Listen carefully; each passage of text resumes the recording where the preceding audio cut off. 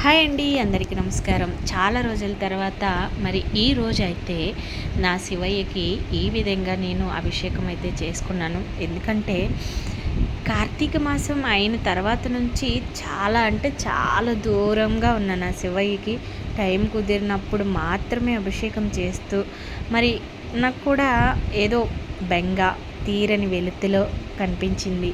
అయితే ఈరోజు మనస్ఫూర్తిగా శివాభిషేకం పంచామృతాలతో చేసుకొని నా తండ్రి ఈశ్వరుణ్ణి ఈ విధంగా అయితే నేను స్మరించుకుంటూ ఉన్నాను.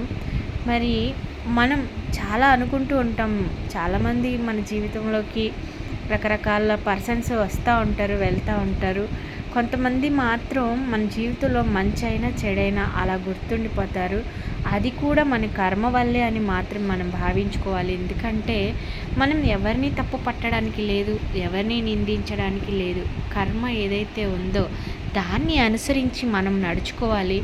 ఈరోజు మంచిగా కనిపించిన మనమే రేపు చెడుగా కనిపిస్తాము. మనల్ని చూస్తే ఒక పురుగుని చూసినట్టు ఫీల్ అయ్యే మన కుటుంబ సభ్యులు కావచ్చు, మన ఫ్రెండ్స్ కావచ్చు, ఇంకా ఎవరైనా కావచ్చు. కానీ ఏమి జరిగినా అన్నిటికీ ఆ ఈశ్వరుడే అనుకొని ఒక ఓం నమ శివాయ మంత్రాన్ని జపించుకుంటూ మనం ఇలా ఉండడమే.